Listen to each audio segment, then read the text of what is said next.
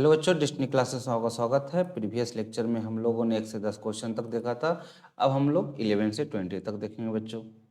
So question number 1, which of the following statement is correct for two parallel insulated wire placed near each other carrying आपका current in opposite direction. तो क्या होता है बच्चों, वहाँ पे मैग्नेटिक फील्ड आपका जनरेट होता है और उसके कारण से वो रिपेल ईच अदर होते हैं बच्चों। तो the wire will repel each other. So when the following of the correct for the parallel insulated wire रहेगा तो मैग्नेटिक फील्ड जनरेट होगा और they will repel each other in the opposite direction. So placed near up carrying opposite direction, तो आपका एक repulsion generate होगा और वहां से the wire will repel each other. So see the correct.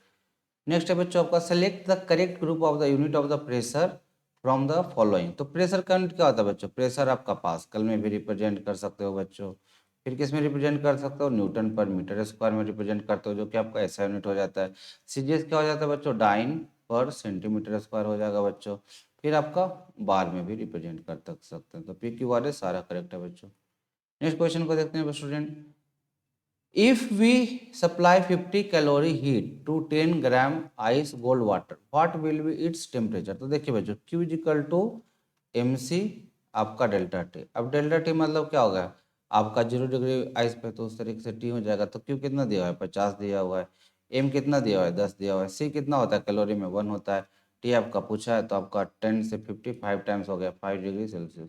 So easy जो क्वेश्चन आता है स्टूडेंट, आपका मोरल काफ़ी बूस्ट होगा जब भी आप प्रीवियस ईयर को सॉल्व करते हो और आपका कॉन्फिडेंस आएगा। तो हम लोग यहाँ आप परचेस कर सकते हैं आप टारगेट कोर्स को, और हम लोग आपको अफोर्डेबल प्राइस में आपको गाइडेंस देंगे। जितने भी कॉम्पिटेटिव एग्जाम हो गए, NSO, होमी बाबा, जितने भी तरीके के आप परचेस करिए हम लोग के साथ और we will guide you. So next question आपका बच्चों, विदर आपका है, टेम्परेचर है आर, तो आपका क्या हो जाएगा? थर्मोमीटर हो जाएगा। हाइग्रोमीटर क्या हो जाएगा बच्चों? आपका ह्यूमिडिटी। तो उस तरीके से पी का आपका ह्यूमिडिटी आ गया, ये एलिमिनेट कर दो बच्चों। फिर आपका क्यू एनोमिनोमीटर आपका विंड स्पीड हो गया बच्चों। तो उस तरीके से आपका फिर क्या है बच्चों? आर टेम्परेचर थर्मोमीटर हो गया बच्चों। फिर हमारा क्या है? Atmospheric pressure barometer. और मल्टीमीटर किसके लिए? बैटरी आपका कितना चार्ज है, मतलब उसी के लिए देखने के लिए यूज होता है मल्टीमीटर से। तो उस तरीके से हमारा भी, तो आप लोग क्या कर सकते हो? एलिमिनेशन मीटर लगा सकते हो। आपका पी हाइग्रोमीटर ह्यूमिडिटी, आपका एनीमोमीटर विंड स्पीड, थर्मोमीटर आपका बच्चों क्या हो जाएगा? टेम्परेचर, और एस आपका बैरोमीटर आपका प्रेशर के लिए बैरोमीटर भी। सो उस तरीके से आप लोग सॉल्व करिए बच्चों। नेक्स्ट है आपका, select the correct group for the reason magnification of image by a convex mirror is always a positive number less than आपका 1 होता है बच्चों। तो यहाँ पे देखिए, यहाँ पे जो रीजन होता है एंड इमेज जो ऑप्टेन होता है कन्वेक्स मिरर से इज ऑलवेज स्मॉलर होता है एंड आपका वर्चुअल एंड डायरेक्ट होता है बच्चों। तो हम लोग बोलेंगे कि द इमेज जो फॉर्म होगा always smaller than the object and image जो आपका रहेगा वो वर्चुअल होता है। तो 1 एंड 3 आपका करेक्ट हो जाएगा। सो आपका a is the correct option. तो कुछ भी रहेगा पूछ सकते हैं।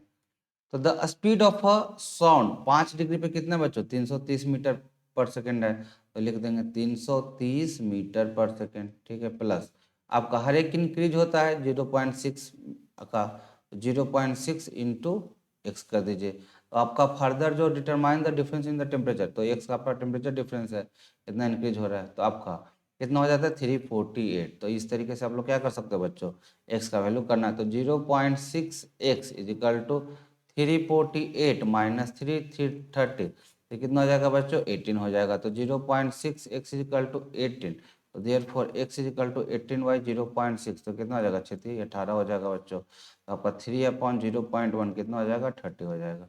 तो उस तरीके से आपको किसी बच्चों को नहीं समझ में आ रहा है तो क्या कर सकते हैं? 1 आपका 0.1 को क्या लिख सकते हो? 1/1/10। इसी तरीके से आपका 3 × 10 आपका 30 हो जाता है बस स्टूडेंट। उस तरीके से एक्स आपका 30 आ गई, तो 30 डिग्री सेल्सियस। नेक्स्ट है बच्चों आपका, complete the following analogy. Analogy आपका दिया बच्चों, work is equal to F S cos theta बच्चों। थीटा आपका कितना है? 90 डिग्री। तो आपका 0, तो आपको पता है कॉस 90 0 होता है, क्योंकि आपका क्या होता है? साइन आपका 0 0 हो जाता है। अब कॉस 90 कैसे लिख सकते हो? कॉस 90 माइनस 0, तो क्या हो जाएगा? Cos 90 minus theta sine theta. तो साइन 0 आपको क्या हो जाता है? 0 हो जाता है। और साइन 0 0 क्यों होता है बच्चों? आपको पढ़ाया गया था पी अपॉन एच। आपका कभी भी ये लीनियर रहेगा तो पी क्या हो जाता है? आपका 0 हो जाता है। तो उस तरीके से 0/समथिंग एजम्पशन भी आपका 0 हो जाता है, क्योंकि कोलिनियर हो गया ना, पी आपका क्या हो गया, रेफरेंस पॉइंट पे आ गया, 0 पे आ गया, तो उस तरीके से ए पॉइंट या ओ पॉइंट पे आ जाता है, तो 0/24। तो उस तरीके से आपका complete the following, W is equal to F S cos theta, आपका कॉस आपका थीटा जब 90 है तो आपका 90 पे क्या हो जाएगा, 0। तो उस तरीके से बच्चों आपने क्या कर दिया, 0 ले लिया। अब क्या बोल रहा है कि पॉजिटिव वर्ग, पॉजिटिव किस में होगा, तो आपका 0 पे होगा। तो देख लीजिए कॉस 0, कॉस 0 कितना होता है, 1 होता है। कैसे 1 होता है, कॉस 90 माइनस 90, कॉस 90 माइनस 90 कर लीजिए बच्चों, क्या हो जाएगा आपका 90 माइनस 90, तो उस तरीके से साइन 90, और साइन 90 का वैल्यू 1 हो गया। उस तरीके से बच्चों आपका 1 हो जाएगा, तो उस तरीके से आपका पॉजिटिव वर्ग मिल जाएगा। और आपका कॉस 120 में चेक करना है, कॉस 120 बच्चों, तो जब भी करना है तो कौन सा में चला जाएगा, आपका सेकंड क्वाड्रेंट में चला जाएगा। तो कॉस क्या हो जाएगा बच्चों, 90 प्लस 30 हो जाएगा स्टूडेंट। और सेकंड क्वाड्रेंट में आपका साइन और कॉसेक ही पॉजिटिव होता है, बाकी सब आपका निगेटिव। तो इस तरीके से माइनस आपका, और 90 में आपका 90 एंड 270 में ट्रिग्नोमेट्रिक एंगल चेंज होता है, तो आपका क्या हो जाएगा, माइनस साइन आपका 30 हो जाएगा। तो यहाँ से क्या हो जाएगा, माइनस हाफ आ जाएगा बच्चों।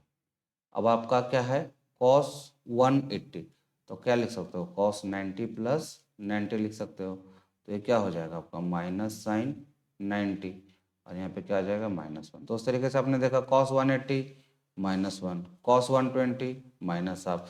तो किस में आपका पॉजिटिव मिलेगा वर्ग बच्चों, 0 पे। तो work is equal to F S into 1, cos 0 आपका 1, तो एफ एस पॉजिटिव वर्ग। उस तरीके से थीटा 0 आपका एनालॉजी को ये क्या करेगा, रिप्रेजेंट करेगा। 0 वर्ग आपका कहाँ पे आया, 90 डिग्री पे, पॉजिटिव वर्ग 0 पे आ गया। तो this is all, thank you for this question. Next है बच्चों आपका, if the length of metal wire is increase आपका 20% and the cross section area is increase by 6 time original, then the select the proper relation between the resistance of the two metal wire. बच्चों तो देखिए आपका बोल रहा है कि select the proper relation, तो आर हमको पता है sir ji, are is equal to क्या होता है, रो एल वाई ए होता है। तो आपका लेंथ कितना से इंक्रीज कर दिया गया, 20% से। तो आपका मान के चलो आर जो है एल, आपका एल कैपिटल एल से रिप्रेजेंट कर दो। 20% का मतलब 20/100, यानी कि 1/5 से इंक्रीज हो गया था। तो x प्लस x/5 आपका क्या हो जाएगा, 6x/5, यहाँ पे आ गया 6x/5। अब आपका लेंथ तो 20% हो गया, एंड आपका क्रॉस सेक्शन एरिया कितना से हो गया, 6 टाइम से। तो आपका एज इंक्रीज बाय 6 टाइम, तो आपका a is equal to a into 6 हो गया, 6 हो गया। तो R2 is equal to rho l by a लिख दिया बच्चों। रो कितना है आपका, उसको रजिस्टिविटी को चेंज नहीं किया है। आपका एल कितना हो गया, 6L/5 हो गया 20% से। आपका एरिया कितना हो गया, तो R2 इज इक्वल टू लिख दिया आपका रो, एल कितना हो गया 6L/5, और एरिया कितना से चेंज किया बच्चों, A2 जो हो गया आपका 6 से। तो उस तरीके से यहाँ पे 6A, 6 से 6 एलिमिनेट हो गया बच्चों।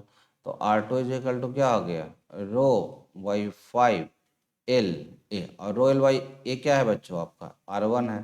तो R1, तो R2 is equal to R1/5, तो 5R2 is equal to R1 हो गया। तो ये हो गया आपका R1 is equal to 5R2, 5R2, 5R2 equal to R1, तो R1 इक्वल टू 5R2। तो उस तरीके से आप just analogy equal to B, तो बी इक्वल टू ए। तो उस तरीके से आपका आ गया बच्चों।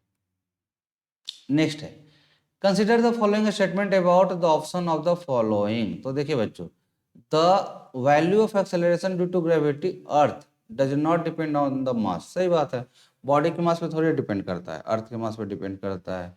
उस तरीके से अर्थ का रेडियाई पे डिपेंड करता है। तो आपका सही है, वेट आपका डिपेंड करता है ना, मास इंटू आपका ग्रेविटेशनल फोर्स हो जाता है।